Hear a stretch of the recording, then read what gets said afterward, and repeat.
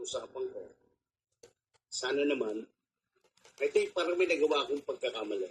Hindi ko alam. Kasi, pag nakiusap ako, parang disrespect mo yun eh.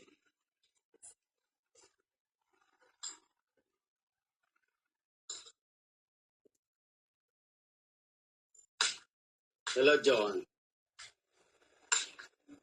Alam mo, Daddy, yung pag-akyat ko dito, para kausapin ng maayos ang alalay mo. Pero napakabastos. Intro pa lang niya, sasabihin niya, gusto ko makausap yung bruha.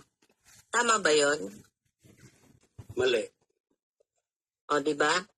Sinong hindi mag-iinit ang ulo sa kinakausap mo? Tinatanong mo, iniiba ang sagot. At gusto niya lagi, meron siyang makuhang kapalit. Ganyan ang pagkatao mo, di ba, Resbaker? Hindi ka kikilos ng walang kapalit. Alam ko lahat yung galawan mo. Wag ako ang lokohin mo. Kilala kita. Kilala ko pagkatao mo. Hindi ka gagalaw ng walang kapalit. At saka huwag mo akong pagsasabihan about sa mga kaso-kaso ko, ha? Dahil wala kang nasilip ni isa sa isinampak mong kaso. Kaya wala kang karapatang magsalita. Sino ka? Para magsalita against sa mga kaso namin. Ito, babalik na Resbaker, pero kung mag-aaway kayo, Resbaker, ako na makikiusap, huwag na. John. Hindi ako nagme-meltdown. Sinasagot ko lang ng tama kung ano yung sinasabi niya sa akin. Kaya lumalakas ang boses ko dahil malakas din ang boses niya. Sinisigawan niya ako. Ganito na lang. Walang magsasabihan ng bruha, bruho, pangit. Walang pangit din ganun eh. Kasi, namimilusok po eh. Walang ad hominem at saka walang sigawan. Ha, Ate JTN. Usap lang kayo. Salitan lang. Tama yun. Para Yung sa lahat yung pilosopo kausap eh. Yun ang ayaw ko sa lahat. Ako naman, tapos na yung ano mo. Tapos na yung term mo. Ang haba na ng entrada mo eh. Ang tagal nyo naman ako paakyatin, sir. Tatanong nyo pa sa kanya kung papaakyatin nyo ba ako. Siya yung kumuda eh. Una sa lahat, hindi ko tatawagin bruha yan kung hindi niya in-intro na alalay mo. Sino unang basto sa amin? O sino ka ba? Ay, sino ka rin ba? Ang meaning ko, ito, tatanggapin ko, JTN. Anong gusto mo itawag sa'yo? Alalay ako ni Sir David, pero tagapunas kita ng puwet. Tagapunas kita ng puwet. Mas mababa ka sa akin. Oh, kita mo? Diba? Pilosopo ka? Oh, pag ginawa ko sa'yo, galit na galit ka. Anong gusto mo itawag ko sa'yo? Oy, tagapunas naman kita ng puwet. Tatanggapin ko nga alalay ako. Oh, sinungaling ka. Kasi walang ganyan nangyari sa atin. Hindi nga, JTN. Tatanggapin ko nga. Alalay ako ni Sir Okay, David. sige, wag Proud nang ako doon. alalay. PA ka na yan. Personal Proud ako doon. assistant. Gusto mo, alalay pa ako ni Panday. O, walang murahan yan, ha? Sasagutin ko lang kung ano sasabihin mo. Hindi, ako kasi. Sinesegue mo lahat. Sabi Hindi, ko nga sa'yo, umalis eh. ka. Magpakatao ka. Huwag kang Tao ako, mag-segue. ikaw, tao Huwag ka kang ba? mag-dominem dito. Paliwanag mo sa akin, ano ibig sabihin ng ad hominem? Sandali muna. Paliwanag mo sa akin, JTN. Utang na napakatanga mo naman. Kung di mo alam ibig sabihin. O sige, paliwanag mo sa akin. Binabanggit mo eh. Ikaw ang magpaliwanag. Kung sino-sino na name drop mo. O, di Kung hindi mo sino-sino alam. katanganan sinasabi mo. Bakit mo kasi kailangan banggitin ang isang bagay na hindi mo naman nalalaman? Yun lang yung logic mo, bakit mo Johan. binabanggit ang kaso namin na alam mong si Daddy David ang testigo ko, pero Okay. binabatikos mo yung kaso namin. Okay, sige. Anong karapatan mo? Tapos ka na magsalita. Sasagutin ko lang. Ayusin mo yung sagot mo. Ayusin ko yung sagot ko. Madam, kagalang-galang. Okay? Tama. Pwede na ba yun? O, yan. Matuto Sige, kang bumalang. sasagutin ko. Sige. Ganito, sagutin ko. Una sa lahat, ikaw ang nagsalita kagabi. Ikaw ang nagpa-under sa Anong akin. sinabi ko kagabi? About sa kakayahan, meron kang kayang gawin na hindi ko kayang gawin. Diba? Sinabi mo yan kagabi.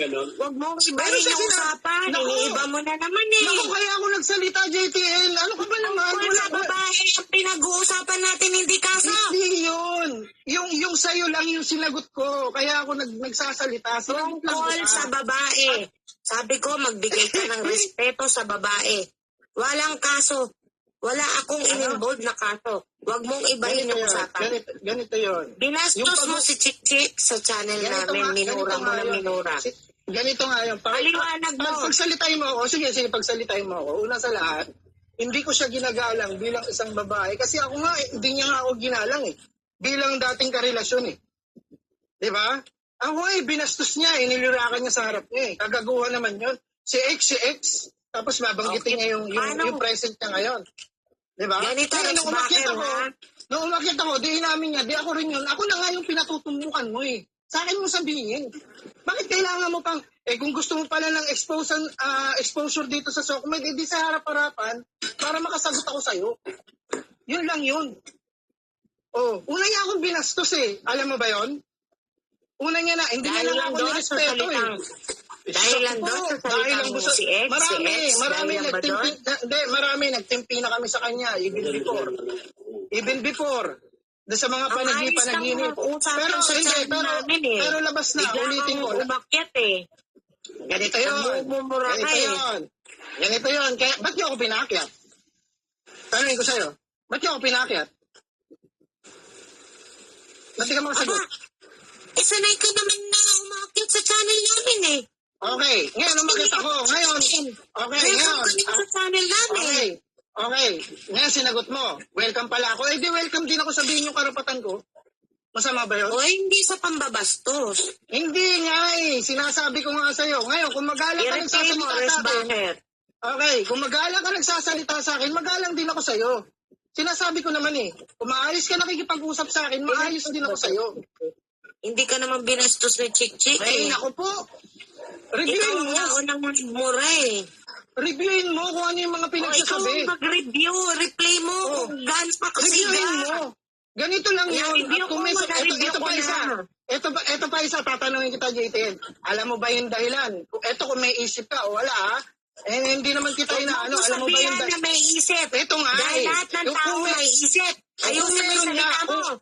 Kung mauunawaan mo, nagigets mo ba yung ibig ko sabihin? Kung mauunawaan mo, alam mo ba yung reason kung bakit ko siya inaway or winalwal? Ano rason mo? Bakit ka umakyat ng galit na galit ka? Hindi mo ba alam na dahil sa inyo yon na kayo yung pinagtatanggol ko ron? Ikwento mo kasi wala nga kaming alam. Pinaliwanag niya nga. Pinaliwanag niya. Okay, pinaliwanag ko na kanina kasi ganito yon. The only reason bakit nagkakaganyan yan, wala naman akong pakialam doon una sa lahat, concern nga ako sa kanya eh.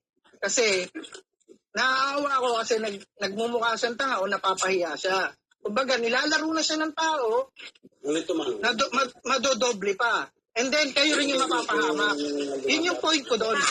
Sinong tao ang tinutukoy mo saan siya napahiya? Hindi.